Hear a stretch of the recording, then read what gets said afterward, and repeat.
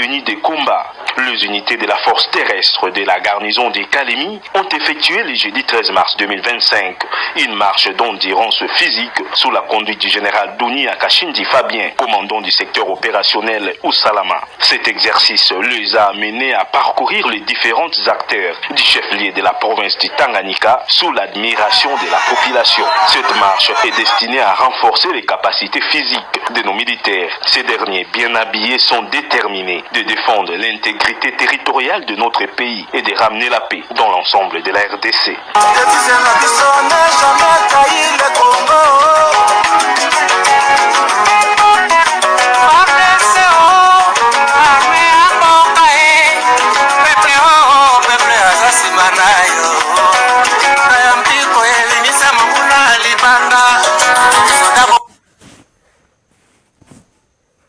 Ikaze mwese abakurikira ibirindiro Exesto TV, turabasuhuje. Jamais contraire le Rwanda ou le Congo. Le Rwanda c'est pour le Rwanda, le Congo c'est pour les Congolais. Uyu munsi rero tuyitangiye 15 z'ukwa gatatu 2025, tukaba tuje kugira ngo tubahe amakuru yacu mu buryo burambuye. Amakuru ya mbere rero turayahera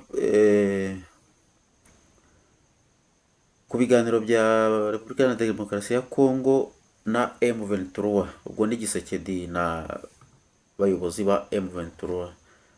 Kabiri turajya Bukavu, Wazalendo ishobora kuba yinjiye mu mujyi wa Bukavu. Ntago ari ishobora, bagaragaye mu mujyi wa Bukavu binjiramo n'umuriro mwinshi. Gatatu turajya aho bita muri Nord Kivu, umuntu yerekeza aho bita Kibo, wumva M23 yafashe, irimo yerekeza aho bita Walikale. Kane turajya kuri perezida wa Angola. Perezida wa Angola bita Joao Lourenço, nawe ngo wongeye gusaba ibyo bita cessez-le-feu. Gatanu turaza kujya ku Kinombe kiraho bita Walikale, aho M23 irimo yerekeza. Ngo ruvuga ngo abashoramari bari baraho ngaho bavuyemo bitewe no ko babonaga ko M23 iri mu cyerekezo cyo kujya kuri icyo Kinombe. Gatandatu turongera tuvuge imaze gufata kino Kinombe, ibice biraba bisigaye gufatwa kugira ngo nubwo habaho ibiganiro hagati ya Repubulika Iharanira Demokarasi ya Congo, ibyo kuvuga ngo basubire inyuma bishobora kuba bidashoboka, kuko ufite ahantu hakurikira, ngiye kuko mbibona nta mpamvu yo kuba wasubira inyuma ngo ugiye ngo zanuze hose sinzi. Ubwo rero ngaho turatangirira ku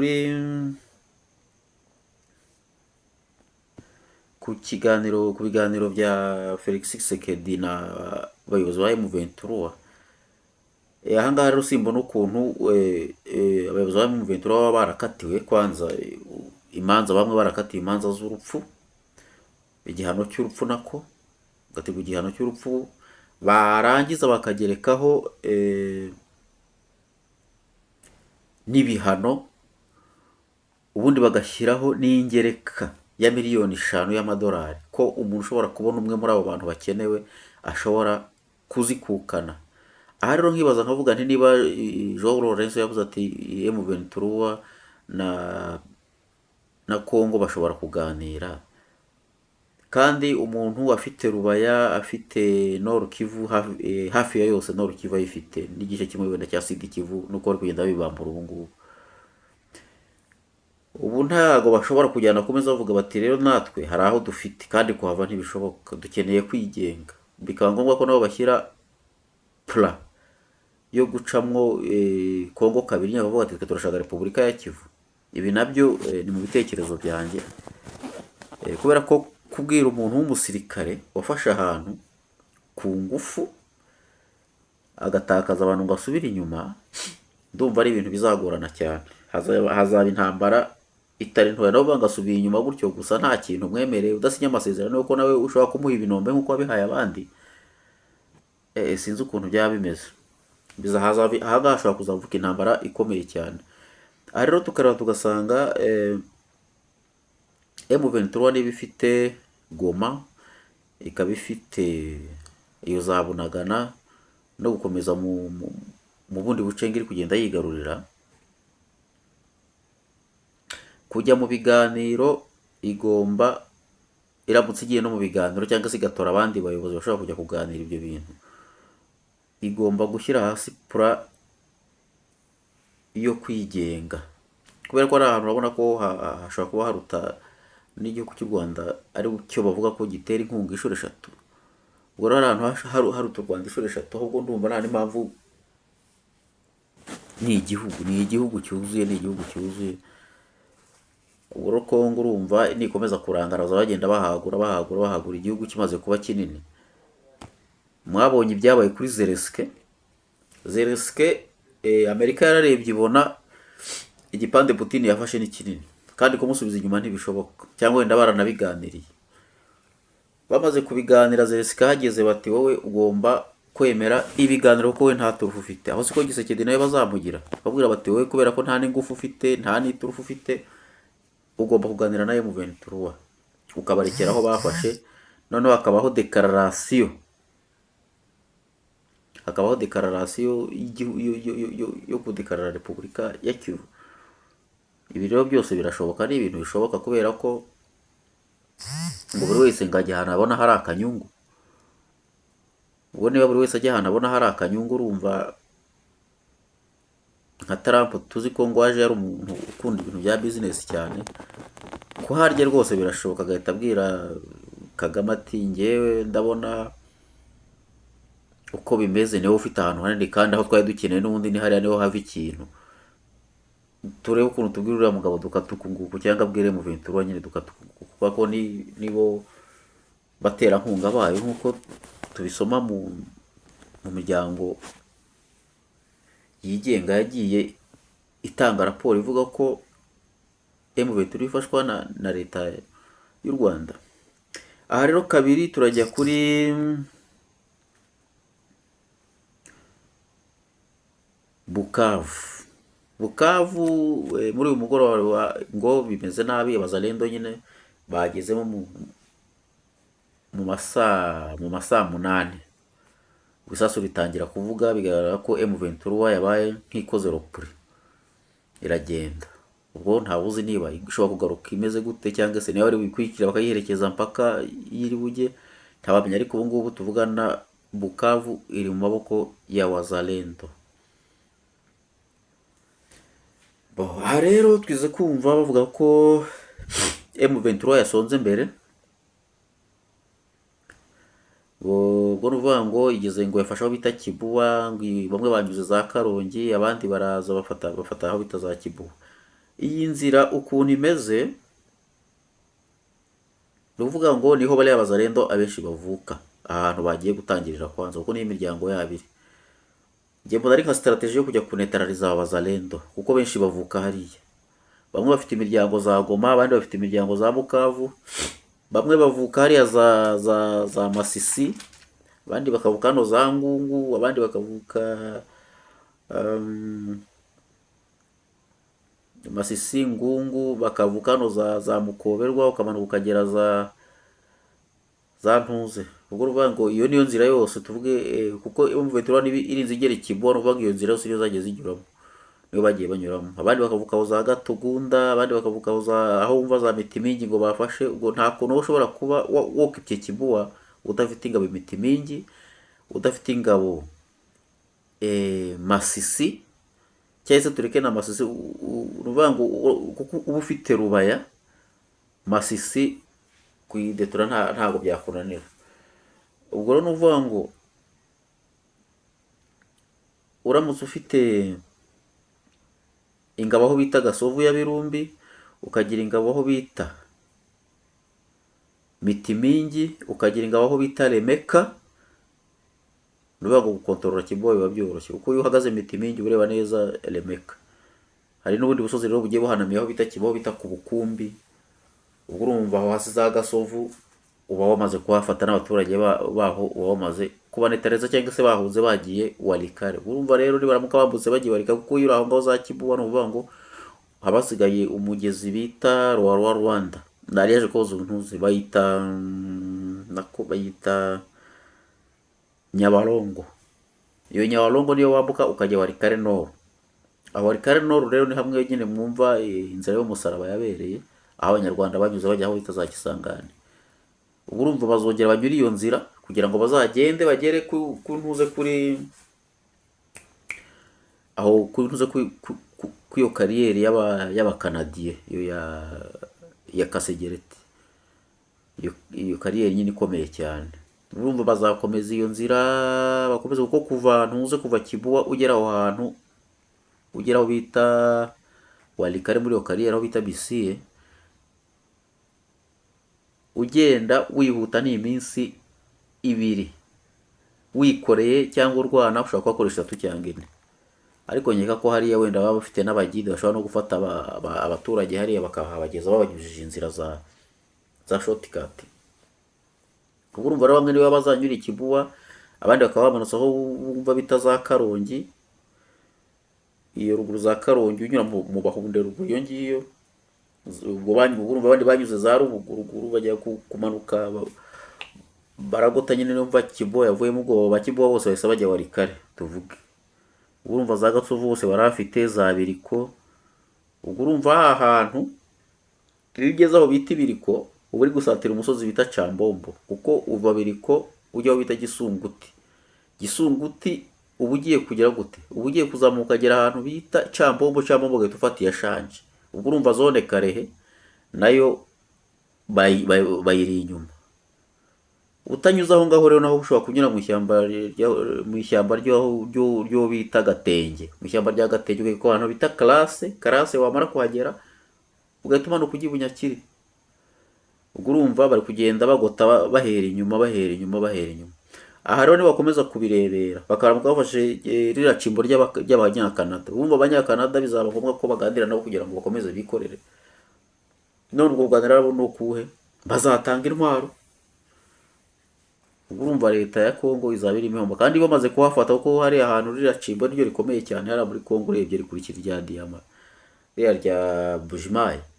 Ubwo nibamara gufata ririya cimbo rya hariya, iriya mine ya hariya, ni ukuvuga ngo yo kuvuga ngo ibihano ngo ambarigo no kuganira ntibazaba bakiganire kuko bazaba babonye ahantu ho kujya bagurisha bagakuramo intwaro. Uvuga ngo bazajya bagenda bacukure bagurishe babone intwaro. Umva nta n'umusaza bazaba bagikeneye aho hantu nk'uko twebwe tuhazi. Ko ndumva twayaga tujya gupagasayo hari icimbo, wowe ugenda nk'umuntu w'umuturage ujyanye ibyo kuryamo hasi ukaba wamara nk'iminsi 3 wiberamo hasi. Abari abacukura bagura bahabwa amafaranga na ba bosi baza gucukura bagura, ukagurisha ibintu wabimara ukongera ukazamuka ukajya kuzana ibindi. Twajyanaga y'amandazi, twajyana y'ikaranka, ibintu nk'ibyo ngibyo n'inzoga. Muri iryo cimbo nibaramuka barifashe uno kwitegura ko intambara iratangira bundi bushyashya, kuko n'ibiganiro ntabwo bishoboka. Yaba ari intambara kabisa karundura. Ahangaha naho rero ni ukuvuga ngo nibaramuka bafashe aho hantu icyo Kinombe, ahantu bita Karemi hazaba hasigayemo hagati. Karemi izahita ivamo kabisa, abantu bose bazahita bashiramo kubera ko nimo hagati na hagati Karemi. Uwo Karemi iramutse igiye ikokipwa ahantu haba hatahiwe ni Gisangani. Ubu nubwo itashakwa imbaraga zijya aho bita Gisangani. Gisangani rero urabyumva nta hantu uri mujya nyine wowe urimo werekeza. Urumva Karemi yavuyemo, ngo abantu bakindu nabo batangira kwitegura, umuntu akomeza ajya za Kisangani. Iyo ngayo nguko rero. Aro niyo mubona M23 arabuda ishobora kuba ifite intege nke hano za Goma cyane na hehe hose, bakaramuka banyuze izo nzira zaho ngaho. Ni uburyo bwo kujya kudeborda kugira ngo abantu baho ngaho za Goma bacika intege, babaca intege kubera ko imiryango yabo hari abanyuze nihiba abenshi. Urumva umwana wawe yamaze kukubwira ati twebwe hano turi kumwe nabo mu Rwanda nabo wavuyemo ibyo bintu. Ni uburyo bwo kunetarariza hariya nta kundi bigomba kugenda. Urumva rero ni hatari. Kongo igomba kureba ariko nkaba mbakangurira kugira ngo mwiyandikishe kuri iyi channel yacu, nyine mukore subscribe, mukore like, kugira ngo mujye mubasha kubona utuntu nk'utu ngutu. Tubashiye utuntu twinshi nyine, nuko channel yacu bitarakura ngo umuntu abe yajya live, ariko igihe izaba imaze gukura dutangiye kujya tujya live, tuzajya tuganira, duhana ibitekerezo, mushyiraho za chat, noneho dukomeze kubana mu biganiro byacu. Aha ngaha rero naho tukibaza twavuga duti ubwo perezida wa Congo aramutse yemeye kuganira, bikaba nk'ibyo kwa Putin, bakamubwira bati ahantu Putin w'u Rwanda yafashe, cyangwa se Putin M23 ihabwa inkunga na leta y'u Rwanda yafashe, ugomba kuhabarekera ukareka ahasigaye. Azasinyura amasezerano na Amerika wenda azaba yagiranye nayo kugira ngo ashake ubundi bufasha.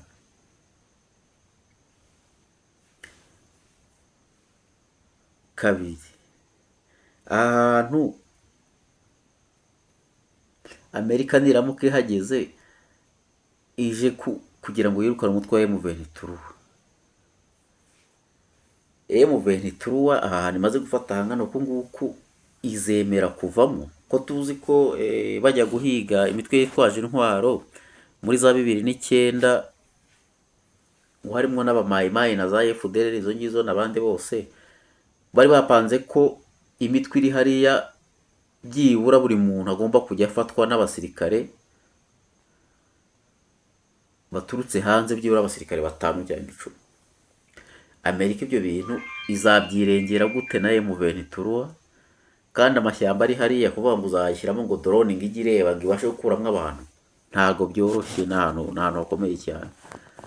Aha rero bishobora kuzagira uku nguku, ugasanga M23 nta nubwo bagiye muri Sabyinyo, bibaye kugurana, bivuga ngo bagahita bavuga bati mbo kubera ko u Rwanda ari rwo rutanga inkunga, reka tugurane twebwe nka M23, reka ducumbikire u Rwanda kubera ko natwe rwaradufashije, ruze rwigira aha ngaha, naho ngabo nabo bajyana u Rwanda, kuko kariya ka Rwanda ari gatoya nta n'ikintu kirimo kigaragara. Ugasanga bibaye mu ubwo buryo. Kongo ikavuze iti twe tutwaye u Rwanda, n'ibyo rero ivuga iti Sud Kivu na Nord Kivu dukatira aha ngaha, noneho abanyarwanda babe hano hakiba igihugu mu kindi. Ibyo ni ibitekerezo byanjye, ariko n'abandi mwese mwashyiraho comment. Two ni utuntu umuntu aba atekereje nyine bitewe n'uko aha hantu urabona hakubye inshuro 3 enye u Rwanda, kandi u Rwanda nirwo rutanga inkunga hariya nk'uko babivuga. Ubwo urumva ushobora kuvuga uti hari ahantu kubera ko hari n'amabuye y'agaciro arutaye iwacu, n'ibiri hano dushobora kubyubaka tukanabirenza, ukavuga uti dukore disiverse, mu gihe hano u Rwanda twebwe twiyambukire twizire Congo. Nabyo birashoboka. Intambara iramutse ibaye amagasa, kuko muri Congo hari naho kwihisha bikomeye cyane. Icyo nashatse kuvuga ubwo mwacyumvise. Aha rero ibiganiro byacu tukaba tubirangirije aha ngaha. Yari umuhungu wanyu Ibirindiro Exercito TV. Ndabasaba gukora like, share, mukore na subscribe, muyandikishe kugira ngo tujye tubasha kubana.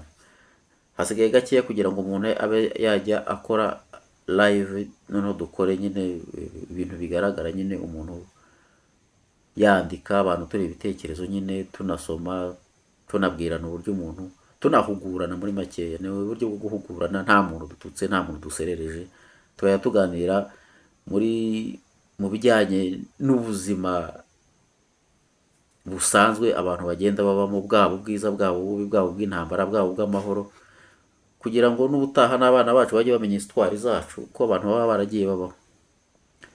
Ngayo nguko rero naha kagaruka. Ejo hari amakuru tugomba kuba dufite y'uburyo Kisekedi yagiye yasuwe na delegation yavuye muri Amerika, hajemo abashoramari kugira ngo bagerageze baganire ku buryo finansoma za Congo zishobora kugenda. Ciao ciao rero, ubwo mubona hakagaruka. Umuhungu wanyu Ibirindiro Exercito TV.